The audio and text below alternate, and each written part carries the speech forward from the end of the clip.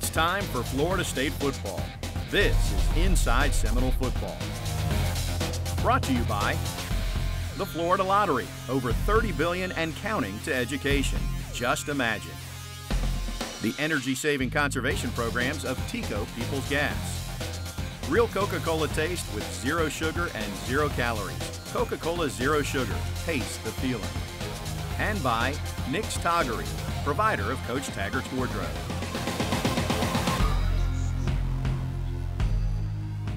Hello, everybody, and welcome to Inside Seminole Football. Tom Block and Coach Willie Taggart. Coach, this past week you went on the road to the hallowed place that is Notre Dame, played a really good football team, and the Irish win 42-13. And some good signs, but some of the same things that we've seen over the course of the year, and you have to tip your cap to the Irish. Yeah, it's a really good football team, and we didn't give ourselves a chance spotting them 17 points to start the game off with, and found ourselves again playing from behind. And for us, and playing against a really good football team on the road, you just can't do that. So we didn't make the winning plays that we needed to make.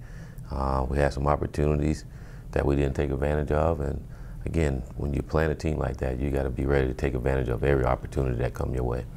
How much does that hamper your game plan when you go in and before you look up, halfway through the first quarter, you're already in that kind of deficit? Well, I think it's a big reason why we're not running the football well, because we're behind a lot in these games, so we find ourselves throwing the football more.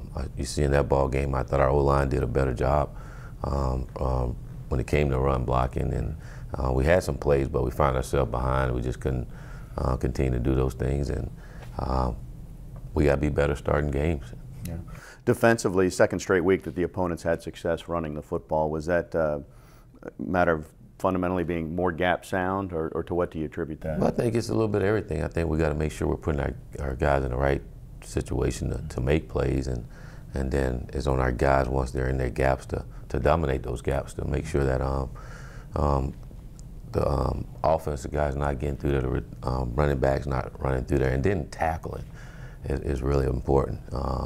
Game tackling, disappointed of all the yards after contact in that game, and we got to learn to tackle and tackle the legs so the guy don't go further than what he do, and then the explosive plays are really got after us defensively in the last 3 ball games. So that's something early in the year we didn't do, and we got to be better at it. Florida State on the road at South Bend and fall to the Irish 42-13. We'll look at the highlights when we come back. Stay with us here on Inside Seminole Football.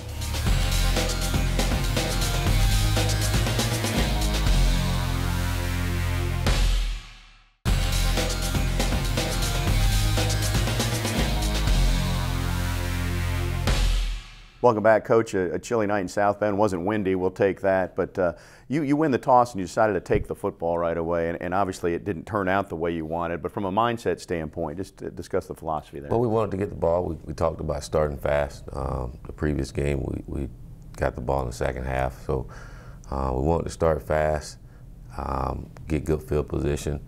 Hopefully we can go down the field offensively and make the plays that we were capable of. But like you said, it didn't work out the way we wanted to. Second play of the game, we threw an interception. And for us, those turnovers, not only you having the turnovers, but where you're having them at, is probably killing us more than anything. And we're putting our defense in some tough situation when you turn the ball over on that side of the field. And again, those are things you can't do to win football games. And we as coaches and our players, we all got to find a way to not do those things so we can play better. Florida State turns it over early and Notre Dame grabs the lead. Let's take a look at the highlights.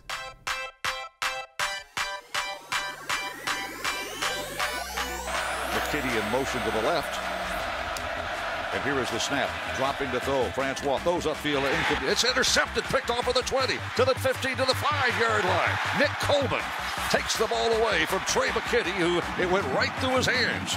Wide to the right. Man coverage on that spot. Look out for a fade route. Here's the snap. Wimbush throws a fade to the left side. Caught ball. Inbounds or out.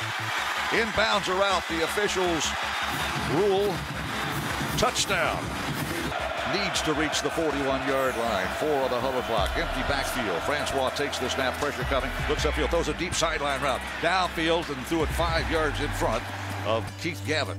Chris Finke is deep to return, though a wobbly punt by Logan Tyler, and fair catch signal for him getting away from the football. Fighting Irish, benevolent bounce inside the 21, rolling dead. Need to reach the Seminole 43. Here is the snap. Out of the shotgun, Wimbush under pressure, throws the ball upfield. It is a caught ball inside. Oh, a flag throw. Flag thrown at the 44-yard line. Will it be pass interference on a Seminole? Shotgun formation, 3rd down and 7. Need to reach the Seminole 12. Here's the snap. To throw. Wimbush pass underneath. It is a diving catch inside the 10-yard line. Caught ball, dug out nicely. It's going to be 1st and goal, Fighting Irish. Receiver in motion to the right, the tight end, dropping to throw. Wimbush looking to his right, throwing to his right. It is a knock-away. Caught. Is it caught? Touchdown, Notre Dame. The receiver stayed with the ball, and made the catch, falling down in the far corner of the end zone. Empty backfield now for quarterback Francois. Hands the ball. Bubble football inside the 10-15-yard line. The Fighting Irish have come up with it. Need takeaways. They have been few and far between. Here's the spot, the 26-yard field goal, airborne and good. And the Fighting Irish of Notre Dame have built a 17-0 lead. Got 5:53 to go. FSU has the ball for the 4th time. Rolling to the right is DeAndre Francois. His pass is caught by Keith Gavin, and the Seminoles have achieved our first down of the ball game. 3rd down and 3. Need to reach the 46-yard line. From the 43, the snap out of the gun. Francois slammed down. Caught ball, 1st down inside Notre Dame territory at the Fighting Irish 47-yard line. DJ Matthews. Here's the snap of the ball. Dropping to throw. Francois. Pass to the front. Caught ball. It's inside the 30-yard line. To Murray and Terry. Punch it in for a 1st down. Got to get inside the 20. The Fighting Irish 20. Play action fake by Francois. Steps up at the bottom. Throws a dart behind. Caught ball by George Campbell. He has a Florida State 1st down. Here's the snap, Francois. Quarterback sneak. Boy, you get the big guys in there, and Francois finds a little seam. 3 receivers to the left of the formation. Francois on the shotgun, but Jaquez Patrick on his left hip. Wide to the right, Tamari and Terry. Man coverage on Terry. Here's the snap. Inside stretch handoff to a run ball by the quarterback is Cam Akers, and he takes it into the end zone. You had a Wildcat quarterback in Cam Akers, and he found daylight, ran left, and scored a touchdown. It's 17-6. I'm glad you called that, Gino, because I'm looking at that. I'm like, what is that? Looks like Francis. Francois running the ball like that? Great job that time by Cam Akers. He played quarterback in high school, so he's comfortable with the position. Florida State trailing 17-6. Good spot, the kick airborne, and it's blocked. It's picked up by the Irish. They're going to score 2 on the block field, point after touchdown. All the way down to the 30, to the 20-yard line, to the 15-10. It's a 2-point conversion on a block point after try. It will be 3rd down and 10. Remember, here's the snap. Wimbush looking to throw, Now he's going to run the ball. Wimbush is going to get to the 35-yard line. He's got a 1st down. He's still running with the football to the 43. Able to step up and make that play. Here's a blast up the middle. Broken tackle to the 40, to the 35, to the 30. It's Dexter Williams. He breaks free, and he has a Notre Dame touchdown. 3 and scoots 58 yards. Point after. It's blocked. How about that? Back-to-back blocked point after tries. And Yoon has one blocked, and that is the first one he has missed this season. Sweeney with it. Here's a snap on 1st down. Dropping the shoulder. Hard slant route. Caught by Keith Gavin. Breaks a tackle to the 40-yard line. To the 37 of the Irish, and a flag has been thrown. Could be a targeting call, too. Good for a 1st down. 16 yards. Here's the snap. Running the ball is Patrick. Shakes a leg. Breaks a tackle. Fights his way to the 30-yard line. 4th down and 6 from the 33-yard line. Need to reach the 27. Here's the snap. Francois has to throws a pass downfield. It is incomplete. They need to reach the Seminole 26. Dropping Wimbush. Wimbush has time. Gets the pass away. It is caught ball. 1st down inside the 20-yard line at the Florida State 15. 14 of the game. Is rating 100. Dropping back, throwing toward the end zone. Caught ball. Touchdown Notre Dame Fighting Irish. And Wimbush is right on the money to tie it into Alize Mack. Shotgun formation, the snap, play action fake dropping, throws a fly route to Naquan. Murray makes the catch. Out of bounds he goes at the Notre Dame 42. 3rd down, 10, the mark to make the 32. Here's the snap, Francois looking, just a pass away. Caught ball, great grab inside the 30. It's a Seminole 1st down. DJ Matthews. Clock under 9 seconds, under 7. Francois is going to have to throw toward the end zone, isn't he? Dropping to throw, cocks the arm, under pressure, throws upfield, caught ball, Murray. That'll be the final play of the first half. Murray fights through a tackle inside the 30, but it's for naught. That's the end of the first half with a score. Third-ranked Notre Dame 32, Florida State 6.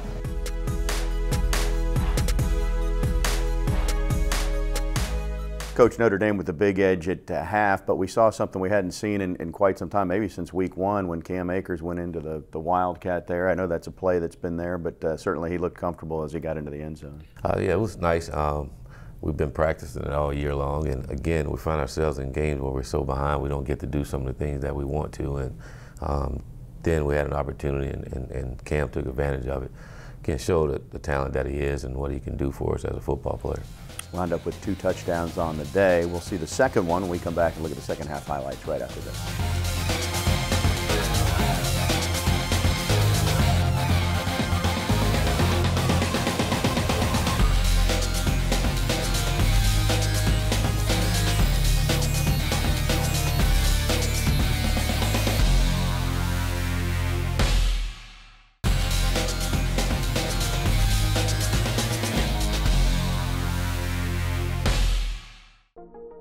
Talented, hardworking, dedicated.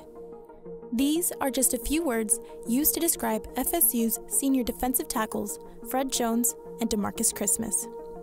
As 2 of the most experienced athletes on the team, both are recognized for their on-field abilities and success. They should set the example, the standard of what Florida State football should be and what they thought it should be when they came here. They want to leave a legacy here. Being one of the better senior classes that came through here, and wanted them to take pride in it. Fred and Christmas took me under their wing and really taught me a lot playing defensive tackle, and especially getting used to the intensity of Odell. Those guys really stayed in my ear and really just kept me motivated, kept me going.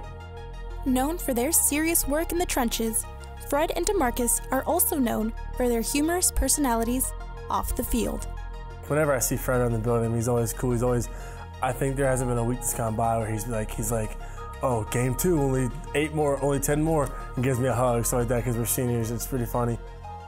My favorite memory of DeMarcus is the Florida game when his Achilles started hurting.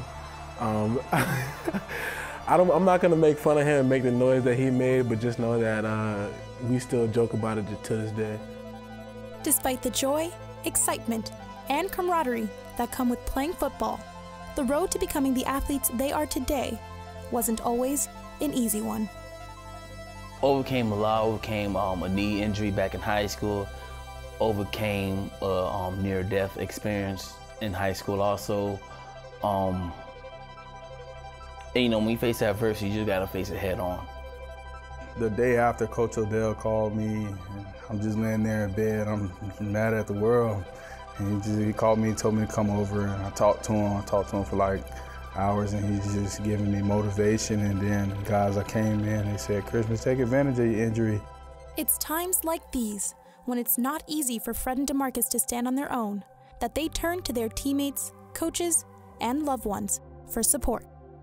So like my parents, my sisters, friends, families, teammates, they know what I was going through, but not one time did they ever like really gave up on me. So like having that big support system is what kept me going through everything I went through. My mom, Coach Odell, the players, from every position, they all just motivated me to work on things that I couldn't work on, like physically when I was hurt. People always talk about being a great player, but sometimes you got to push that aside. Being a great coach, you got to push that aside. You got to be a great person before you can do that. You got to be selfless. And with role models like these, inspiring them to be the best they can be, Fred and DeMarcus have high hopes for the future. In a few years, I hopefully be in the NFL, but if not, I want to get into a little bit of business, entrepreneurship.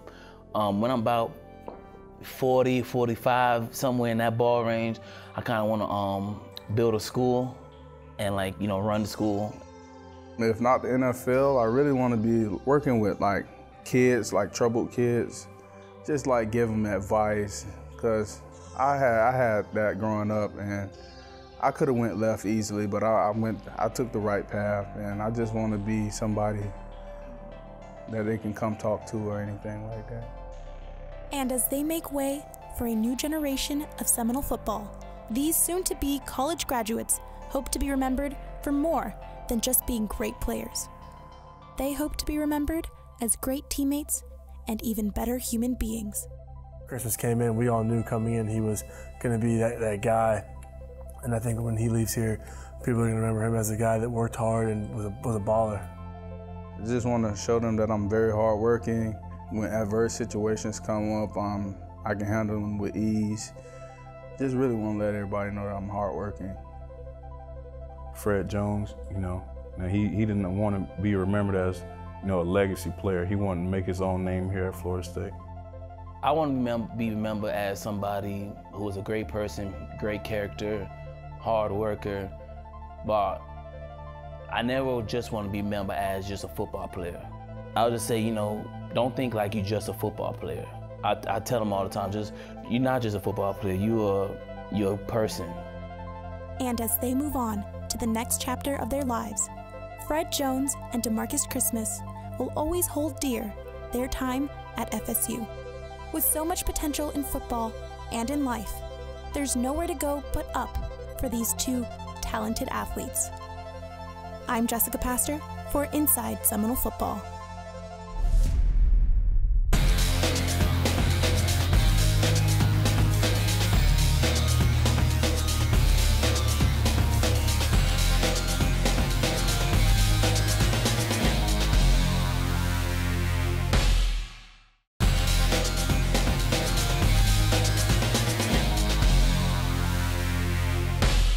Florida State on the road at Notre Dame. Coach, as we look to the second half, you made some defensive changes in terms of scheme, and it paid off right away. You needed a big play early in the third quarter. You got it with Stanford Samuels, and then Dontavius Jackson also had a pick. Yeah, it was good to see our guys be able to play the ball, see the ball in the air and play the ball, and I thought Coach Barnett did a good job of changing up the coverage. Early on, playing a lot more man, and then there in the second half, played more zone, and our guys was able to see the ball and go attack the ball, and it paid off for us.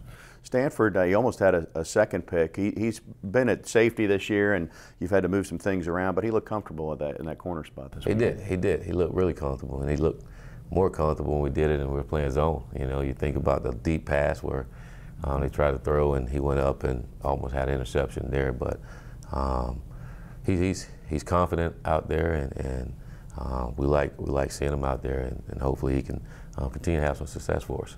He gets the big interception early in the third quarter. Let's take a look at the highlights.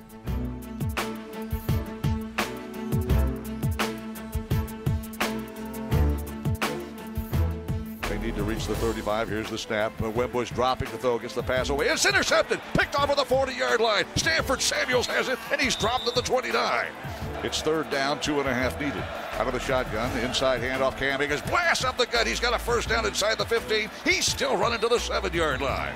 That's the First Commerce Credit Union first down in the red zone. Here's the snap, and the handoff to Akers, fights through the 3-2-1, spins into the end zone. Touchdown, Florida State. Touchdown, FSU. How about that carry by Cam Akers? That's how efficient this offense can be when they're calling plays, they're hitting, and they're blocking, and they're making plays. Everybody's out there doing their job. The 45-yard line of Florida State, they lead 32-13.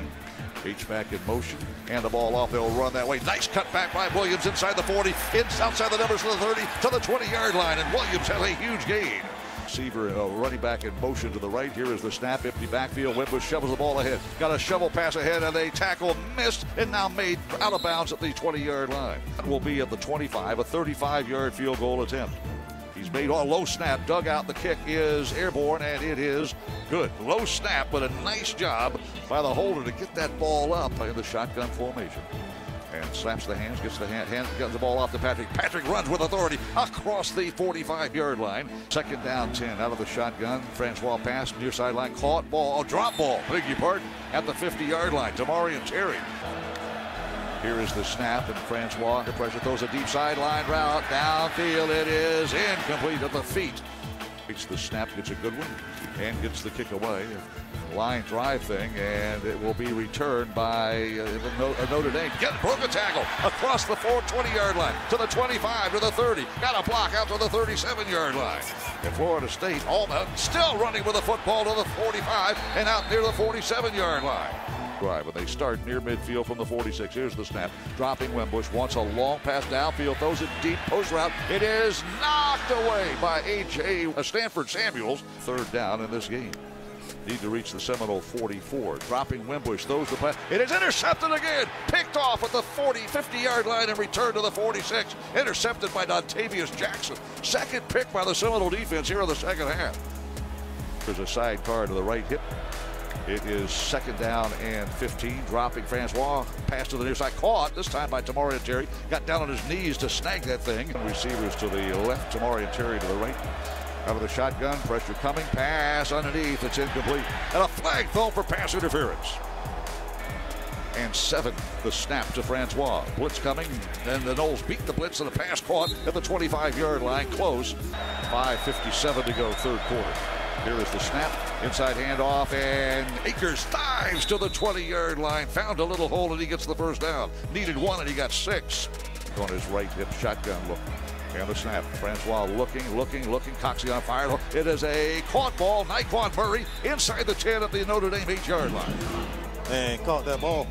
Now the Florida State Seminoles get our third first down. Here's a handoff. Quick run to the right side by Jacquez Patrick. He falls into the end zone. Is he in? No. His knee down about a yard away. Now, third down and goal from a yard away. Here's the snap, hand the ball off, and Patrick is undercut and dropped for a loss. Just can't believe they're going to try to run it. Under center, Francois takes the snap, play action fake, rolling, going to the end zone. It is overthrown. Deep right corner of the end zone, and the Seminoles come up empty. Wimbush in the pistol formation, takes the snap, runs with the ball, trying to get outside, contained. He will run for the first down. He's got a first down. The State, he ran for 106.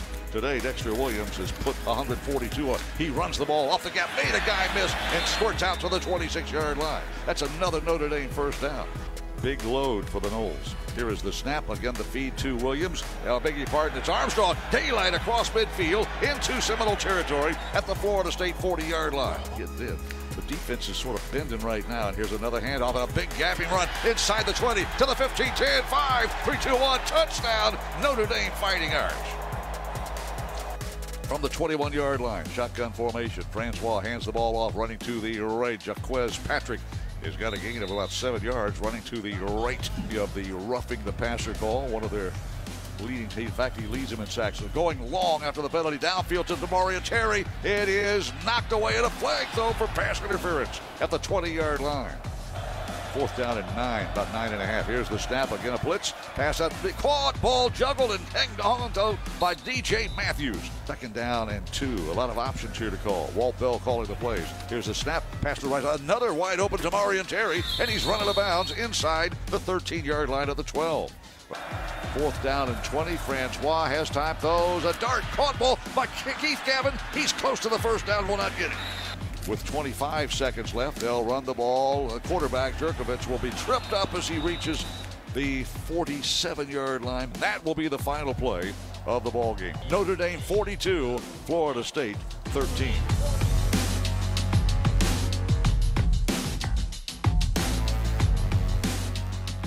Notre Dame gets the 42-13 win. Coach, I know when you look back, despite the inconsistencies offensively over the course of the year, you've been pretty good in the red zone in terms of not just scoring but getting touchdowns. But that came to an end. You got to credit Notre Dame, but you had some opportunities that could have tightened things up significantly here. We did. I thought in the ball game our offense moved the ball, and like you said, we got down there and we didn't take advantage of it when we got down there, and it was critical for us, especially early in the second half.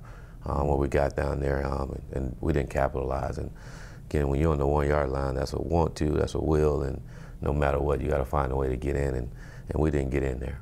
Well, and you tried some new wrinkles too. I mean, you had, I think, 3 defensive linemen out there in your heavy package to try and get in there, and so that seems to be something new that you've put in the last couple of weeks. Yeah, it was getting us some more beef up there, and also having Jacquez Patrick at running back, giving us some more beef. We thought that it'd help us, but all it takes is for one guy not to do his job, and it destroy everything. And again, we weren't locked in on that play to execute it the way we needed to. So So Notre Dame thwarts that effort. Florida State falls on the road, comes back home for the final 2 games of the year. It'll certainly be warmer as we welcome Boston College to town this Saturday. We'll talk about that matchup with the Eagles right after this.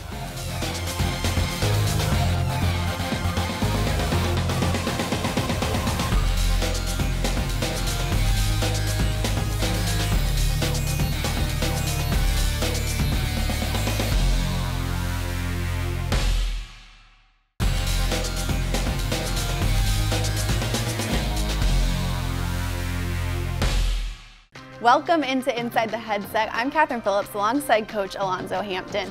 Coach, it's your 4th time being on staff with Willie Taggart. What is it about that guy that makes you want to be a part of what he's doing? He's a guy that you can easily follow, believe in his vision, and make everybody feel like their role is the most important role on the team. And anytime you're dealing with a guy like that, it makes you want to help them reach their goal, and then ultimately he'll help you fulfill all your goals and dreams as well. So was FSU an easy decision for you? It's always an easy decision when you get a chance to come to FSU, but no, we've always kind of talked about rising together as a staff. And when he asked me what did I think, and I was like, Coach, when are we leaving? So when you did get to Florida State and you all sat down as an entire coaching staff, what were the values and the goals that were discussed and the things that you want to implement into Florida State? Number one, Coach Taggart's big thing is discipline within the program, academics, and socially, the guys. So those were the 3 things that he always talks about. And so it was easy for us when we came here to make sure that was the blueprint of the program. And obviously it's to win a conference championship and then ultimately to win a national championship to get us back to where we rightfully belong. Describe yourself as a coach. High energy, a lot of passion. I believe in what I'm doing. I like motivating, being a high school teacher, former high school teacher. I just think it's no better feeling than getting a guy from point A to B. And coaching has allowed me to do things that I don't think a lot of people get a chance to do every day, which is impact young men. And coaching for me has always been that way. I had some great mentors growing up, and without athletics, honestly, no telling which way I would have went. And once I got the feeling that somebody believed in me, I always wanted to give it back, or as they say, pay it forward. So coaching to me was the next obvious thing once I got cut from the NFL. So I said, what's the next best feeling for me? And it was coaching. Coaching at the high school level or middle school, whatever it was just getting to the next level. And being here at Florida State, man, it's a dream come true. We all have a lot of goals individually, but collectively, and the vision has already been set forward by Coach Taggart, so I'm excited. And you mentioned those mentors. A lot of coaches say that there's someone who made them want to do this, someone who made them think, like, I want to do for kids what they did for me. Is there anyone in your past that sticks out as that person? Honestly, I have a lot of them, so I would have to mention probably 3 to 4 guys. Number one would be Andrew Talbot, who was my high school principal at the time. He was always a guy that believed in me, made me think that I could get to the next level academically. Academics was always our motto, academics come first. And the next one was one of my coaches, Doug Spencer. He was my track coach. He just made me realize that I had something in me that the average person didn't have. And then we began to just set goals and reach those goals. And the next one would be always be your parents. They just push you forward in a way. When I say, you said a coach, she's been coaching me my entire life. Even as she's passed away, the things that she instilled in me, I try to give them along to my players. But you talk about the Andrew Talberts, you talk about the Doug Spencers, you talk about the Tommy Arnold, that was my high school coach that kicked me off one time as a 10th grader because I wasn't listening. I never forgot what he was trying to get me to see. And then I talk about a guy named Frank Anthony. His son was my best friend. He was the superintendent of the school. So I had a chance to watch those men grow and teach us what it took to become a successful young black man. And so those things were something that just always stood with me as I moved forward in my career, from being a high school teacher to a college coach. I mean, you know, gonna have some trials and tribulations, but the whole message the whole time was when you get knocked down, you gotta be willing to get back up. And so I would say those guys were mentors to me. And having played in the NFL, how do you think that benefits you in that you've been somewhere where a lot of these guys are trying to go? But at the end of the day, everybody has their own path, and I can only share my experiences with them, okay, from the time I've been there. But at the end of the day, you want to give them all the information that you have, all the knowledge, and be able to use the tools and all the resources. I have a lot of friends that coach in the NFL, so I just piggyback off them and call and get the information and like I said, give it back to our kids.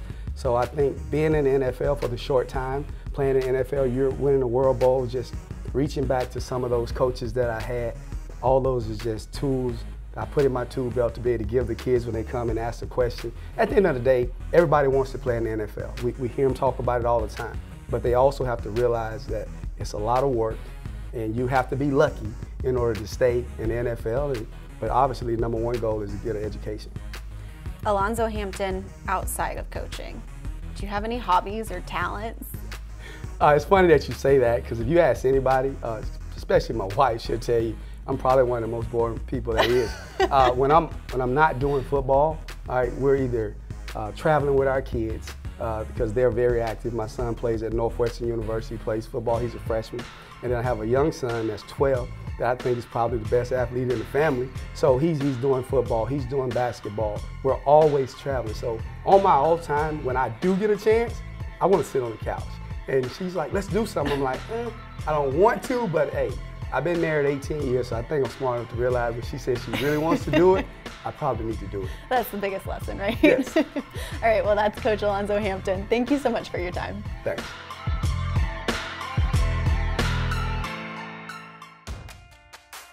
Hi, I'm Kendall Herman, and I'm a student assistant for the Sports Nutrition Department here at Florida State University. Thanks to my Bright Future Scholarship, I'm able to dedicate all of my free time to the athletics department completely on a volunteer basis. This opportunity has allowed me to work alongside of our Director of Sports Nutrition, where I'm not only having fun on the sidelines, but I'm also learning a lot of valuable skills for my future career as a sports dietitian. I could not be more proud to do the work that I do, and I want to thank the Florida Lottery for funding my Bright Future.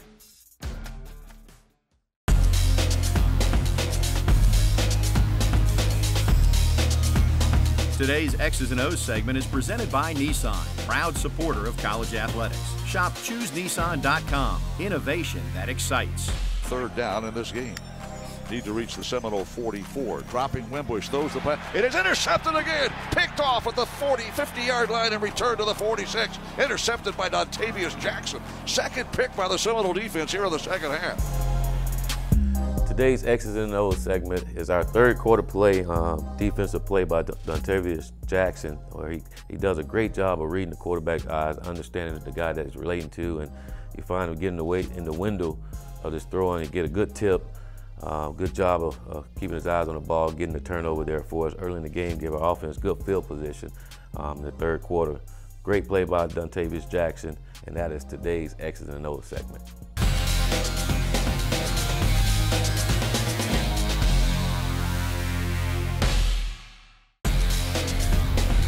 The Look Ahead is presented by Florida Farm Bureau Insurance. Register to win a football fantasy experience at knowlescontest.com. Coach, you're back at home. I know you'll be happy about that. That's the good news. The bad news is that you're playing another good football team this week, right? That's the way it goes. Boston College has had a really good year despite their setback to Clemson last week. They're a fundamentally sound physical football team. They are, and they did a great job throughout the year. And you watch the Clemson game, they're, like you say, really physical, both sides of the ball. Very, very well coached.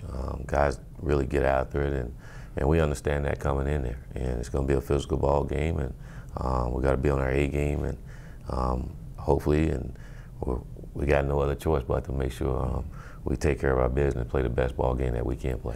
Well, and as we record, there's some question about whether BC's starting quarterback will be available, but we tend to talk too much about that. You know that there's another 21 guys out there on the field, and so you'll prepare for what they do as a team. Well, absolutely. And the backup quarterback came in early in the game, and he's very athletic.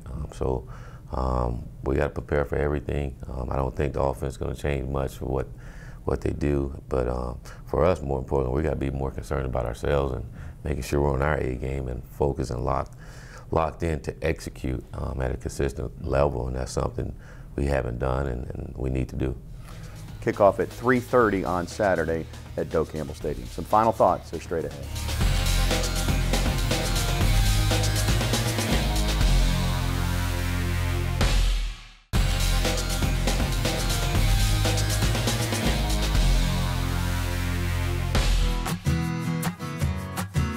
Welcome into Garnet and Gold Grub, presented by Tico People's Gas. I'm Catherine Phillips, alongside award-winning chef Travis Johnson. He's the Executive Culinary Director of Seminole Dining here on the campus of Florida State, and he's going to take us through a delicious game day recipe today. Chef, what do you have for us?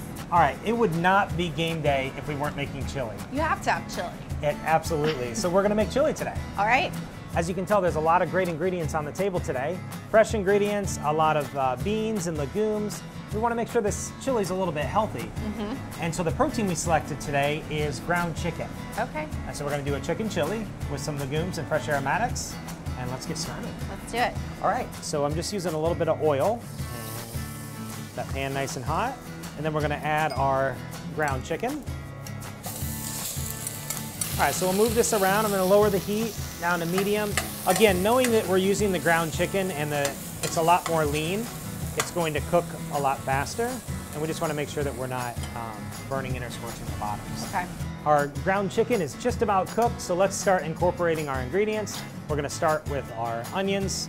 And you always start with the onions first, right? I always start with the onions first because I want them to cook the longest out of all the ingredients, and they're also going to caramelize in here and turn translucent in color and bring on a lot of great flavors as they caramelize and bring on the sugars. Okay. Now those are cooking. We're going to add our bell peppers, starting with our green and our red. You can see a lot of the color as it's coming together. We're looking to just continue to build those flavors. All right, let's add a little bit of garlic. And you're cooking this on natural gas, so what's the benefit of that?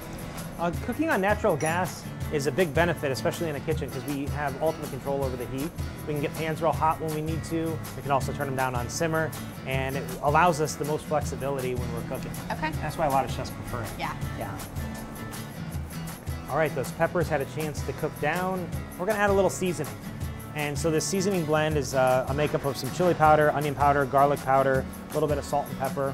I'm just gonna, again, add some flavor to what we're already getting natural flavors out of the peppers and out of the chicken. About 2 teaspoons in there. All right, next we're gonna add some tomato paste.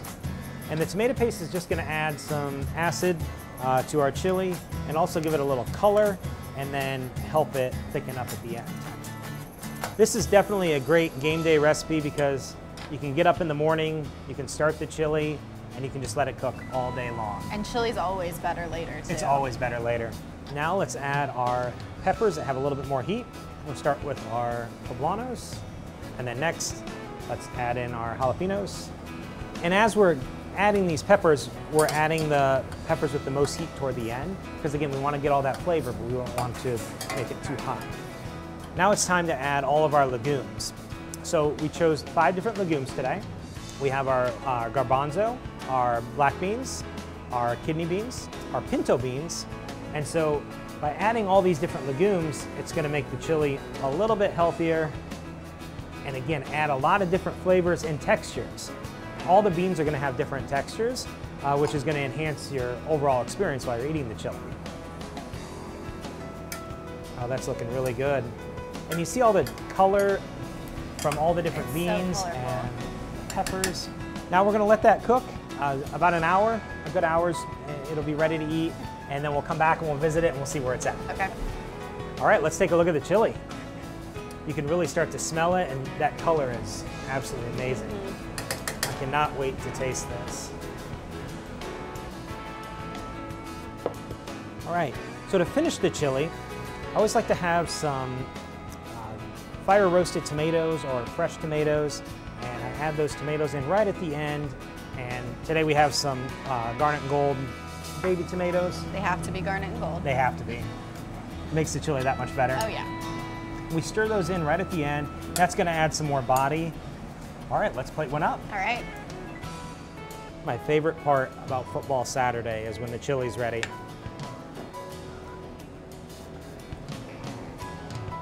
All right, we're gonna finish this with some cheddar cheese, some green onions,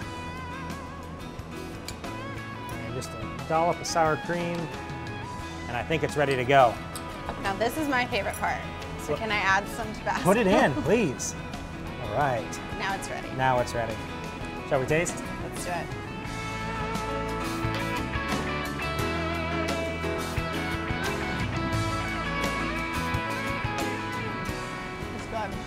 it's definitely game day. For full details on this recipe and more information on how you can incorporate natural gas at home, at your business, or at your next tailgating event, log on to peoplesgas.com/cooking. Coach, you go into these final 2 games well aware that you need 2 victories to extend the bowl streak. Same situation the team was in last year, and I don't know if that adds more pressure, but I certainly know that you're cognizant, and the whole team is, of what's at stake. Absolutely, and our guys know that, and like I tell our team, we're still playing for things. You know, things haven't been going the way that we wanted to the last 3 ball games, but we can change that, and that's on us to go do it. And there's a lot riding on it, a lot of people counting on us, but that's how it is, and that's what we appreciate, and we need to go take care of business doing it. Our guys, a lot of guys on this football team have shown that they can do this. They've been in it before, and we're in that situation again, a situation we put ourselves in, so it's on us to go do it. A big crowd would certainly help the effort. Absolutely. You know, we'd like for all of them to be out there. We understand the frustration, but our guys going to make it right for you. We need you all out there, and go Noles. 3:30 kick on Saturday. We'll see you at Doak, and we'll see you next week right here. Inside Seminole Football has been brought to you by the Florida Lottery, over $30 billion and counting to education. Just imagine. The energy-saving conservation programs of Tico People's Gas. Real Coca-Cola taste with 0 sugar and 0 calories. Coca-Cola Zero Sugar. Taste the feeling. And by Nick's Toggery, provider of Coach Taggart's wardrobe.